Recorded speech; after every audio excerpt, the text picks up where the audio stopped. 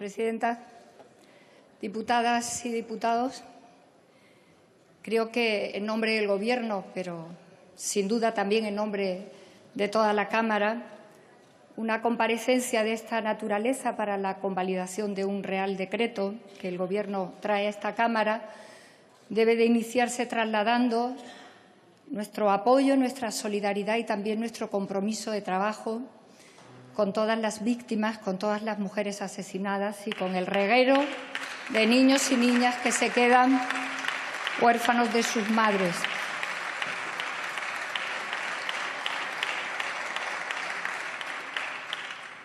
Tenemos,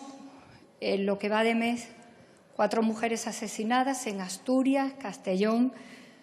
Madrid y Zaragoza, 957 mujeres en el plazo del que disponemos de estadísticas,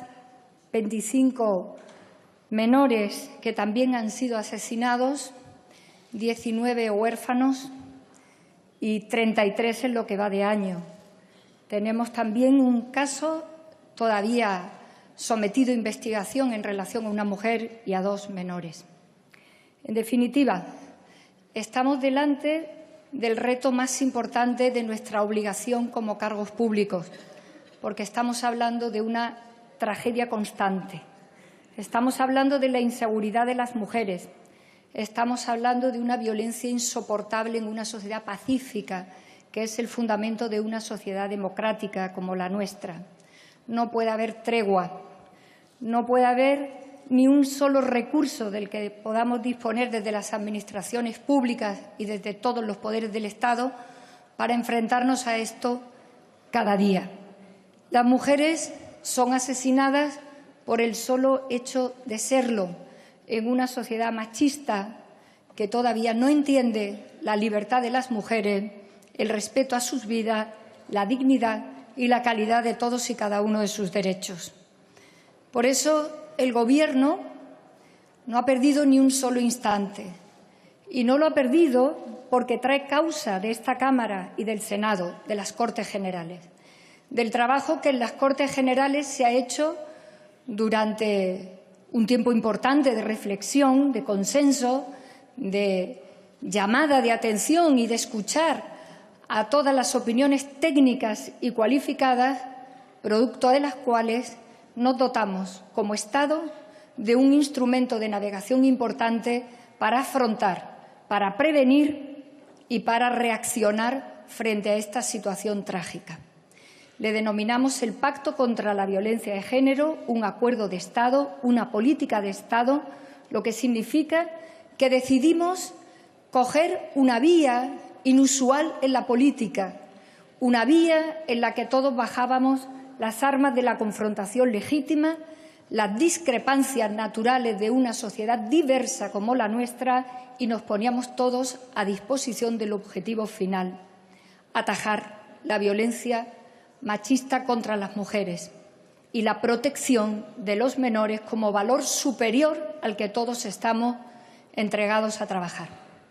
Nos dotamos de un instrumento, como decía, que nos obliga a todos a trabajar de una manera diferente del hacer cotidiano del trabajo político. Nos correspondía la lealtad, la unidad, la coordinación y el encuentro. Ese es un instrumento excepcional en la vida democrática y requiere que todos hagamos un esfuerzo. No siempre sacaremos adelante todo exactamente tal cual lo vemos desde nuestra posición política, pero a cambio entregamos de manera magnánima la gran obligación que tenemos de parar los asesinatos y las víctimas que dejan detrás. Por eso, cuando se va a cumplir casi un año de la vigencia de este pacto, ahora en este mes de septiembre,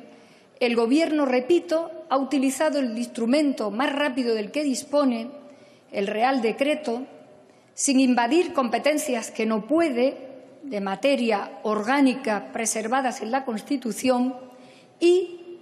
importante, porque hablamos de un pacto de todos contra la violencia de género, utilizando también el consenso y el acuerdo con quienes tienen una cuota superior de responsabilidad, que son las administraciones públicas. la Administración General del Estado, que responde al Gobierno de España, pero también las comunidades autónomas, los ayuntamientos, también las diputaciones provinciales, en definitiva, las corporaciones locales.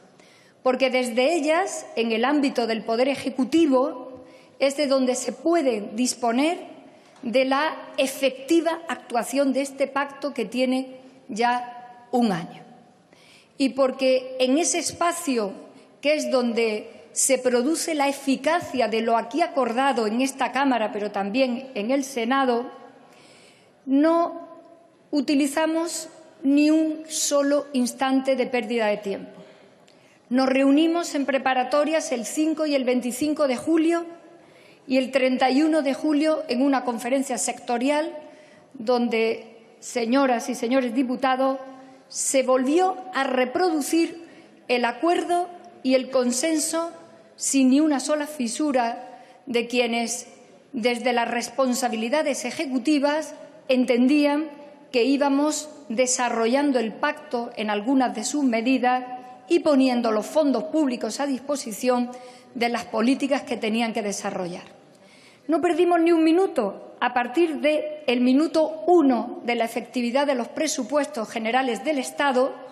para trabajar con las administraciones y encontrar un espacio de rápida reacción, que es este Real Decreto. Todas las comunidades autónomas, la Federación Española de Municipios y Provincias, de manera unánime, estuvimos de acuerdo en unas cuantas cuestiones que pasaron a trasladarse a este Real Decreto. Una, no menor, la disponibilidad de los fondos, no solamente con el reparto de 9,5 millones que de manera retrasada quedaba por repartir para ayudar y prevenir a las víctimas objeto de violencia sexual, sino también de los 200 millones correspondientes al ejercicio presupuestario. Nos preocupaba que, a la altura del año en el que se ponían en circulación efectiva los 200 millones correspondientes a la anualidad de 2018, tuviesen dificultades de ejecución los ayuntamientos y las correspondientes consejerías responsables de estas políticas. Nuestra preocupación, la preocupación del Gobierno, era tal para saber que de manera efectiva esos fondos se gastaban este año en las políticas previstas y consensuadas en el pacto, que pedimos al Ministerio de Hacienda, dentro, obviamente, de la legalidad presupuestaria, una excepción prevista en la regla de gasto para que los fondos que no diera tiempo a ejecutarse al 31 de diciembre, que es lo normal en la trazabilidad de la ejecución del presupuesto, pudieran quedarse reservados y preservados para su aplicación también al año siguiente. Hicimos un esfuerzo más de comprensión de la importancia del presupuesto que íbamos a empezar a disponer todos para trabajar, que incluso a los ayuntamientos advertimos también la posibilidad de la aplicación de este gasto a capítulo 1, de manera que en algunos ayuntamientos se pudiera hacer contratación de personal especializado, que es una herramienta muy útil para prevenir y que los ayuntamientos apenas disponen de ella, particularmente los ayuntamientos que no son grandes. De estas dos cuestiones también nos habíamos preocupado preventivamente antes de la conferencia sectorial, en una responsabilidad profunda que sentíamos de saber que, yendo tarde, casi un año después, teníamos que ir rápido, teníamos que hacerlo de una manera leal, coordinada, pero sobre todo eficiente. Y lo hicimos también antes de traer a esta Cámara y previamente al Consejo de Ministros el Real Decreto, un diagnóstico que fuera también realista de la situación. Señorías, de la macroencuesta, de la última que tenemos sobre violencia y sobre los datos que apuntan cada día, sabemos dos cosas muy preocupantes. Una, más del 70% de las mujeres que finalmente son asesinadas por violencia machista no habían denunciado. Esto nos coloca en un nivel de preocupación mayor. Nos coloca en un nivel de preocupación donde hemos de hacer muchos esfuerzos en el ambiente general de la sociedad a la que pertenecemos y los cargos públicos a la que servimos, para que a las mujeres les llegue un mensaje unánime y contundente, solidario y seguro de que pueden y deben salir de esa situación en la que se encuentran, porque no denuncian. Y no denuncian no solamente por la dificultad de la situación en la que viven, sino porque la sociedad tiene que dar una respuesta todavía más clara de que es necesario que lo hagan, porque a la salida de su decisión les estamos esperando todos y todas para ayudarlas. Con este dato se nos antojaba que una fórmula de trabajo importante de carácter preventivo era ayudar a los ayuntamientos a recuperar competencias perdidas en materia de políticas de igualdad y de prevención de la violencia, modificando la Ley de Bases de Régimen Local en este Real Decreto para que los ayuntamientos pudieran disponer del instrumento político y también de fondos económicos que les llegaban justamente para que muchas de estas mujeres se dirigieran a los ayuntamientos, seguramente antes que a una comisaría, para empezar el camino en el que cada una de ellas hace un trabajo esforzado de salir de su propia situación. Queríamos y queremos y seguiremos esforzándonos y ampliando esta línea de trabajo, porque con ese diagnóstico de las mujeres que no denuncian y que, por tanto, no alcanzamos a protegerlas, había que abrir un espacio donde los ayuntamientos se convirtieran en lugares seguros para ellas. Que todos los ayuntamientos, con sus servicios sociales a disposición, se convirtieran en lugares de escucha, de respuesta y de asilaje de su problema grave, de su gravísimo problema, de ellas y también de sus hijos y sus hijas. Por esta razón, anunciamos en la conferencia sectorial que en los presupuestos del año que viene la partida afectada a la disponibilidad de los ayuntamientos se verá doblada. Nos parecían pocos los recursos de solo 20 millones para los ayuntamientos, los doblaremos porque creemos que ahí se inicia un camino mejor para la política preventiva, que es sobre la que hemos de hacer grandes esfuerzos para no llegar al final de la tragedia cuando ya no tiene ninguna solución. Y, en segundo lugar, nos parecía, con los datos que teníamos también de la macroencuesta, que había otro espacio particularmente vulnerable, los menores. El valor superior del menor, de los menores, está por encima absolutamente de todo. Tan por encima de todo que desde 2014, que nuestro Estado está comprometido como país firmante del Convenio de Estambul en su artículo 18, nos obliga a hacer modificaciones en nuestra legislación interna, cuantas más mejor, porque no somos todavía un Estado garantista hacia donde esa garantía es máxima en relación a la protección de los menores. Los datos arrojaban la siguiente circunstancia, señorías. El 63, casi 64% de niños y niñas están en situaciones de violencia. Viven la violencia, reciben la violencia y crecen en una situación donde la violencia se hace presente. Y es más, el 93,7% son menores. Es decir, no están en ninguna condición de identificar con claridad qué está ocurriendo y no están en condiciones de saber cómo reaccionar. Les condenamos a hacer un currículum vital tenebroso. Nos parecía que con esos dos datos también teníamos que poner foco en las medidas urgentes de este Real Decreto que hoy traigo a la consideración y a la aprobación de sus señorías, una segunda medida que también fuera efectiva en esta protección a la que nos obliga el Pacto y el Convenio de Estambul. La medida consistía también en proteger de mejor manera la ayuda en ese tramo de la minoría de edad sometida a violencia. Y por eso, en el Real Decreto se contempla una modificación del Código Civil en su artículo 156. El Código Civil, en su inmensa mayoría, y es una ley extensísima, sustantivamente hablando, es una ley ordinaria. El Gobierno trae una modificación a una ley ordinaria, lo que significa en términos jurídicos que la trae de manera impoluta en cuanto a la constitucionalidad de la decisión del Gobierno, porque lo que modificamos exactamente en ese artículo es la posibilidad de que los menores puedan ser atendidos psicológicamente con atención especializada con el permiso de uno solo de sus progenitores. No se afecta para nada derechos fundamentales y se queda completamente intacta la posibilidad que el progenitor que no toma la decisión no solamente debe ser informado, sino que también pueda discrepar y recurrir literalmente en amparo de la justicia.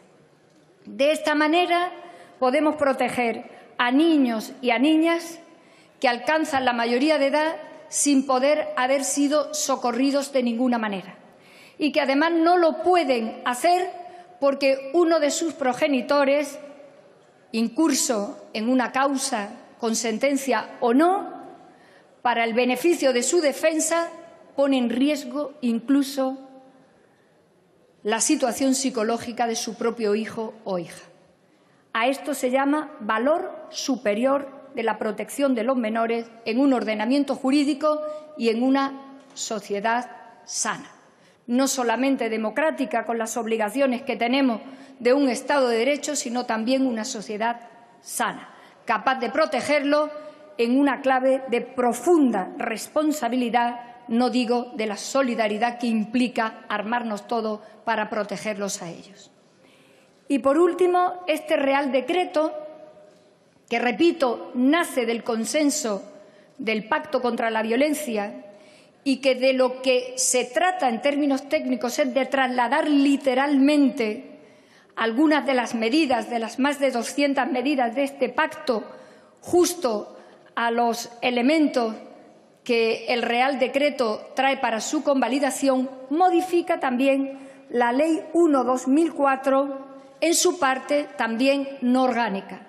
Sus señorías saben, no hace falta que yo lo diga, que los reales decretos pueden legislar en aquellos ámbitos en los que la Constitución no les afecta, derechos fundamentales, instituciones del Estado, la situación, condición institucional de las comunidades autónomas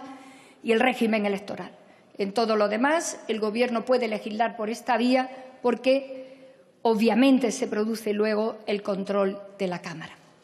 Queríamos modificar de esa Ley 1/2004 algunos aspectos que nos resultaban también particularmente débiles, particularmente necesitados de una respuesta máxime cuando este Estado, sus señorías y el Gobierno teníamos la obligación de hacerlo. Se trata de atender mejor y de manera también más rápida y efectiva a las víctimas de la violencia, no solamente a las mujeres, sino también a los menores, pudiendo hacer un orden de prelación rápida en la asistencia letrada, en la personación en cualquier momento del procedimiento, en el mismo procedimiento y también en un elemento muy importante al que nos obliga, por cierto, también el Convenio de Estambul, que es a la acreditación y a la consideración de víctima de las mujeres y de sus hijos, a efectos meramente administrativos, para que puedan acceder a las ayudas que están previstas en las políticas sociales de este país, por cierto, de manera concurrente, no solo las que están previstas en el ámbito de la acción del Gobierno de la nación, sino también en las comunidades autónomas y en las administraciones locales, en los ayuntamientos, en las diputaciones. A los efectos meramente de los derechos laborales y a los efectos también de las prestaciones de la seguridad social. No esperar al momento del procedimiento de la sentencia, como pide el Convenio de Estambul, para que puedan ser protegidas. Pero diré más. Una parte importante de esta modificación de la Ley 1 del 2004 ya se está haciendo. Hay comunidades autónomas que han ido por delante del pacto y ya lo hacen. Lo hace Galicia, lo hace Castilla y León, por ejemplo, y lo hace la Administración General del Estado. A las mujeres funcionarias públicas del Estado se les protege en términos meramente administrativos cuando son víctimas de violencia, por ejemplo, en materia de traslados de su puesto público. Es decir, que en este punto el Real Decreto no trae nada nuevo que no se esté haciendo ya por otras administraciones, por cierto, con buen criterio, para adelantarnos a la protección de las mujeres en cualquier momento. No se afecta en modo alguno derechos fundamentales y mucho menos la capacidad jurisdiccional de jueces, juezas y de nuestros tribunales, sino que trasladamos dos medidas concretas del pacto, también de la recomendación del informe del Senado y, naturalmente, una requisitoria importante del Convenio de Estambul. Sobre este diagnóstico, sobre estas decisiones rápidas en aras del consenso y con el acuerdo unánime de la conferencia sectorial en la que todas las comunidades autónomas se sintieron no solamente concernidas, sino de manera muy grata políticamente, tengo que decirlo, coordinadas, en alguna medida también agradecidas por la rapidez con la que podíamos poner en circulación los fondos y estas primeras medidas, hemos de seguir trabajando. Señorías, este Real Decreto, les pido, debe ser convalidado por esta Cámara. Y lo debe ser porque el mensaje que hemos de trasladar hoy a nuestro país es que en esto no hay discrepancias partidistas, que en esto tenemos que ir todos a una contra la violencia machista, que en esto pueden caber matices de trabajo, pero nunca discrepancias del esfuerzo, que en esto tenemos que seguir caminando y aportando todos, mejorando y, naturalmente, avanzando, que por esa razón queremos que se tramite, una vez aprobado, con trámite de ley, como proyecto de ley, porque entendemos que este es un camino en el que solo podemos poner metas constantes y parciales. Lo dijeron sus señorías en la Comisión de Trabajo que dio, afortunadamente, a la política española el instrumento de este pacto que está en vigor y que tiene un año de vida. Lo dijeron sus señorías en esas muchas largas sesiones de trabajo, que esto era empezar, y que a partir de aquí todos nos sentíamos concernidos a continuar, cada vez mejor, cada vez con más proposiciones que nos permitieran afinar. Señorías, aquí vale solo el acuerdo, solo la lealtad. Desde este Gobierno no encontrarán otra cosa que esta. Y es más, en mi comparecencia el 10 de julio en la Comisión de Igualdad y el 30 de agosto en la Comisión de Seguimiento del Pacto, lo dije y lo seguiré diciendo, y en esta posición no han de encontrar sus señorías ni un solo movimiento de mi parte, ni uno solo. Este pacto requiere de mejoras y de refuerzos constantes. Este pacto fue producto de algo que un día me enseñó quien presidió en su momento nuestro alto tribunal, el Tribunal Constitucional, cuando me dijo que un buen pacto era aquel del que todos salían medio tristes y medio contentos. Medio tristes porque todo lo que querían no era aceptado al punto total, pero medio contentos porque todos habíamos cedido en algo que nos superaba con mucho a la posición partidaria. Seguramente en estos tiempos que corren para todos nosotros al servicio de nuestro país haya pocas cuestiones en las que no podamos hacer otra cosa que ayudar. Esta es una. En nombre del Gobierno le pido el apoyo a este Real Decreto, más allá del interés del propio Gobierno y de la posición legítima y diversa de sus señorías en representación de los ciudadanos y de cada uno de los grupos parlamentarios. Lo tramitaremos como ley para que pueda ser enriquecido, pero, señorías, entiendo que solo cabe salir hoy de aquí diciéndole a la sociedad en su conjunto y a las mujeres que pueden salir de esa tragedia, que la política está a su servicio, que la eficacia de las administraciones públicas está a su servicio y que nosotros también lo estamos. Gracias.